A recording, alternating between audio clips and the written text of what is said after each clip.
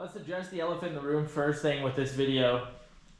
Should you buy this bike or should you buy a KTM 300 or any of the other Austrian 300s? Well, there's a few things that I prefer about a YZ250X over many of the Austrian counterparts. There's one thing I absolutely hate about the YZ250X. If you guys want to find out what that is, make sure you stick around to the end.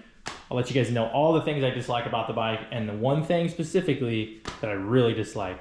All right guys, this is going to be the 40-hour review of my 2023 YZ250X. I bought this bike because I wanted to get into more hard enduro type stuff. This is actually the 6th YZ250 I've owned, so I'll be able to give some pretty good insight on this bike. First off, things I love about the bike.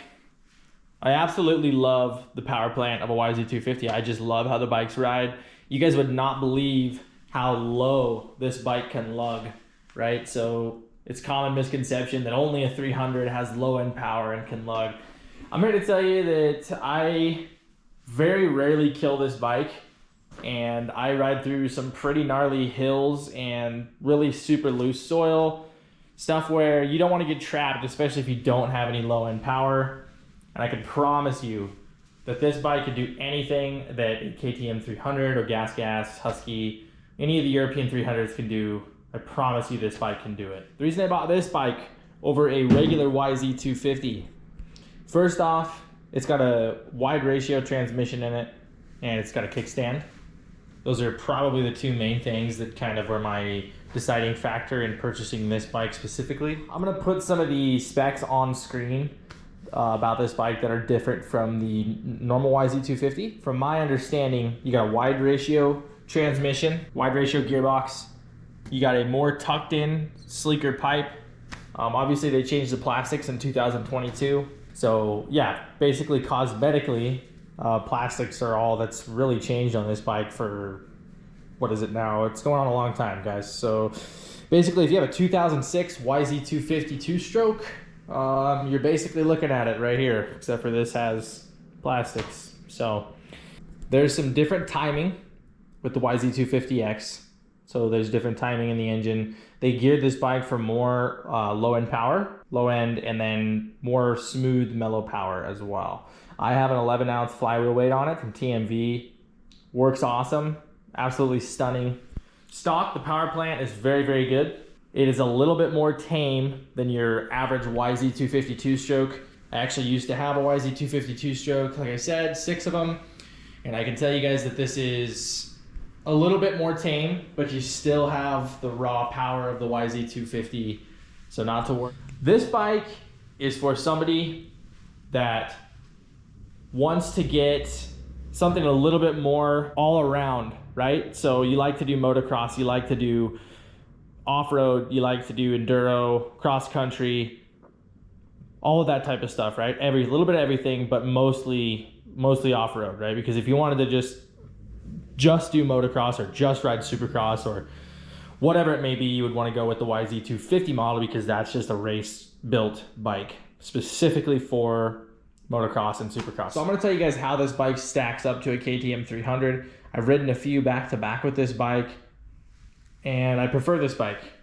I really do. I prefer this bike. There's only one singular thing that I prefer about a KTM 300, and I'm going to let you guys know that later in the video, so stick around. The suspension of a Yamaha YZ250, the Triple S KYB, is absolutely phenomenal, and almost anybody that has ridden one will probably tell you the same about a Yamaha. They're very plush. Now, a lot of you guys have been asking what my suspension is, so I run the clickers on top, so your compression up here, I rebound down low. I run quite literally almost all the way backed out up here, right? So I have 2 clicks in on the top and 1 click in on the bottom. And coming back here, we've turned the high-speed damping nut out one entire rotation, one entire revolution, so it's completely backed out. And then along with the clickers here, same as the front, compression, 2 clicks in, rebound, 1 click in. And this thing is absolutely incredible. I just got done riding a 3-hour cross-country race, and it was through some extremely rough terrain. I mean, it was so whooped out by the end of the race that there were people pulling off, there were people quitting. It was crazy, and this thing handled it like you would not believe with those settings. And I have the sag set, but my static sag is actually off, so I need a bigger spring for this bike because I weigh a little bit more than it's for stock. I weigh about 188 pounds, and believe the spring rate is about 2 or 3 spring rates too low for me. So it's at like a 4.8 stock, and I need like a 5.2, I believe. So that being said, suspension absolutely incredible on this bike. So probably the number one thing that I dislike and that I would take a KTM over any day is the clutch pull. Now there's some things you can do to mitigate the clutch pull. You can buy some more expensive perches. You can buy specific clutch systems, you know, like they have a hydraulic clutch system for this bike, and I haven't tried that personally. I've heard that from a few Facebook pages and stuff that it really doesn't make as much of a difference as you would hope. So I deal with it, and I also deal with a lot of sore fingers. These two fingers specifically, you can actually see I got a pretty good callus on that finger from the clutch, but they feel like I have arthritis all the time. I've tried about everything. I have lubed this up. The YZ250X actually has lighter clutch springs for the clutch to begin with, so it is actually a little bit lighter pull. Along with that, I have also tried different levers. Now, I do plan on getting a Pro Taper lever or a Pro Taper perch for this bike that will hopefully help. I've watched some videos that it actually helps about 25% with the pull.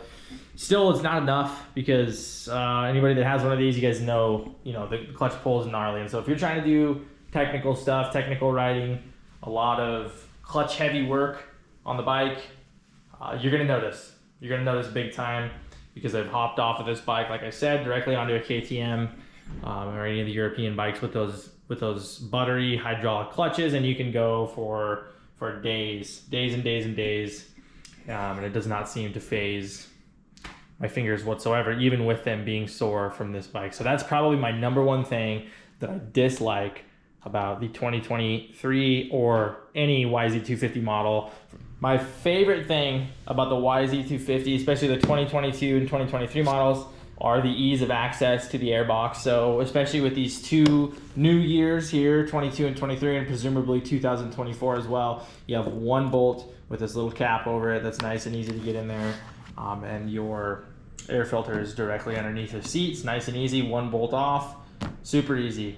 Not quite as easy as a KTM. I know a lot of you guys are gonna be like, well, all I have to do is pop my cover and mine's right there, but this is a big improvement. If you're a YZ250 lover or Yamaha lover in general, this is a pretty big improvement.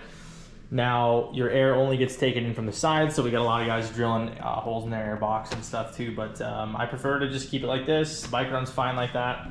No need for extra air, to be honest with you. The price to performance of a 2023 YZ250 to a 2023 or 24 KTM 300, in my opinion, is unmatched.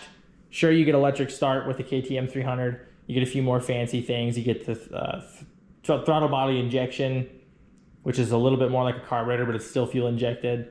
You get a few more fancy things, right? But that also comes with more failure points on a bike. Now this bike this engine specifically has been one of the most proven, reliable engines ever put in a motocross bike. It's been in production in motocross bikes for just shy of 30 years. Overall, my 40-hour review, am I happy with this bike? Would I buy it again? Absolutely, 100 times over.